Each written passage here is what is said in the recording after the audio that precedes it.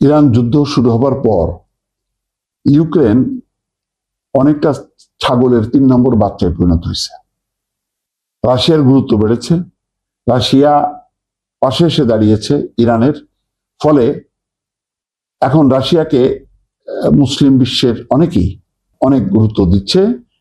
ঠিক সেই সময় খবর হচ্ছে জেলেনস্কি দাবি করছে যে যুক্তরাষ্ট্র এবং যুক্তরাজ্যের ঘাঁটি সংক্রান্ত গোয়েন্দা তথ্য ইরানকে দিচ্ছে রাশিয়া, মানে রাশিয়ার বিরুদ্ধে খেপায় তোলা, যাতে এই সুযোগে একসঙ্গে দুই উদ্দেশ্য পূরণ হয়, যে ইরানও ধ্বংস হলো, সেই সাথে রাশিয়াও যাতে ক্ষতিগ্রস্ত হয়, রাশিয়ার দিকে বন্দুক তাক করানো তাদেরকে দিয়ে এই চেষ্টাটা।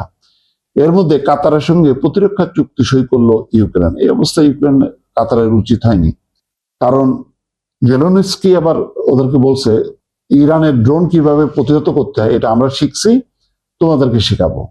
মধ্যপ্রাচ্যের এই ছাগল গুলো সমতল লাফালাফি শুরু করছে, তাই তো জেলেনস্কিকে আনা দরকার, এবং সেই কারণে হয়তো প্রতিরক্ষা চুক্তি করছে। মধ্যপ্রাচ্য জুড়ে বাড়তে থাকা ড্রোন এবং মিসাইল হামলার হুমকির মুখে কাতার এবং ইউক্রেন গুরুত্বপূর্ণ প্রতিরক্ষা চুক্তি স্বাক্ষর করেছে।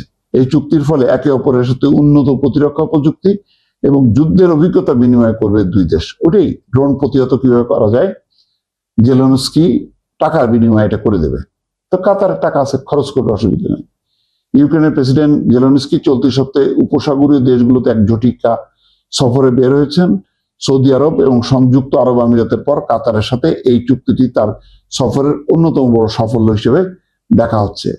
আর কি বলছে জেলেনস্কি, যে রাশিয়া উপসাগরীয় অঞ্চলে যুক্তরাষ্ট্র এবং যুক্তরাজ্যের সামরিক ঘাঁটিতে এবং দিয়েগো গার্সিয়ায় অবস্থিত মার্কিন ব্রিটিশ যৌথ ঘাঁটিতে হামলার জন্য ইরানকে সহায়তা করেছে। কে করছে? রাশিয়া। দিয়েগো গার্সিয়া চাগোস দ্বীপপুঞ্জের অংশ, যা আনুষ্ঠানিকভাবে ব্রিটিশ ভারত মহাসাগরীয় অঞ্চল নামে পরিচিত। সাংবাদিকদের সাথে কথা বলতে গিয়ে জেলেনস্কি তার ফোন থেকে একটা গোয়েন্দা প্রতিবেদন পড়ে শোনান। তিনি দাবি করেন রুশ স্যাটেলাইটগুলো মধ্যপ্রাচ্যের মার্কিন সামরিক ঘাঁটি, দিয়েগো গার্সিয়া ঘাঁটি এবং উপসাগর জুড়ে তেলের কূপগুলোর উপর নজরদারি চালাচ্ছে। জেলেনস্কি ইঙ্গিত দেন এই গোয়েন্দা তথ্য ইরানের কাছে পৌঁছে দেওয়া হয়েছে যাতে দেশটির হামলায় সহায়তা করা যায়। এটা ঠিক, রাশিয়া এখন ইউক্রেনে থেকে মনোযোগ সরিয়ে এখন ইরানের দিকে নিয়েছে এই একটা কারণে, যে এই যুদ্ধে যদি আমেরিকা জিতে যায়, ইসরায়েল যদি জিতে যায়, তাহলে তাদের অবস্থানটা আরো নিচে নেমে যাবে। এমনি ভেনেজুয়েলায় যে মাদুরোকে যেভাবে উঠে নিয়ে আসার পরে, যেখানে ভেনেজুয়েলার অন্যতম দুই বন্ধু চীন এবং রাশিয়া, তারা কিন্তু ছাগলের 3 নম্বর বাচ্চা হয়ে গেছিল, তাদের গুরুত্ব নেই।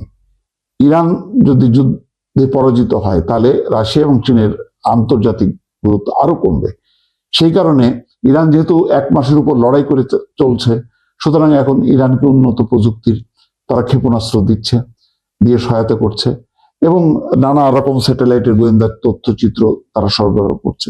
এবং জেলেনস্কি আসলে ওইটাই নিশ্চিত করলো যে এই যে কাজগুলি হচ্ছে, কিভাবে ইরান নিখুঁতভাবে সব হামলা চালাচ্ছে মার্কিন ঘাঁটিতে, এটা পারছে রাশিয়ার কাছ থেকে পাওয়া গোয়েন্দা তথ্য থেকে।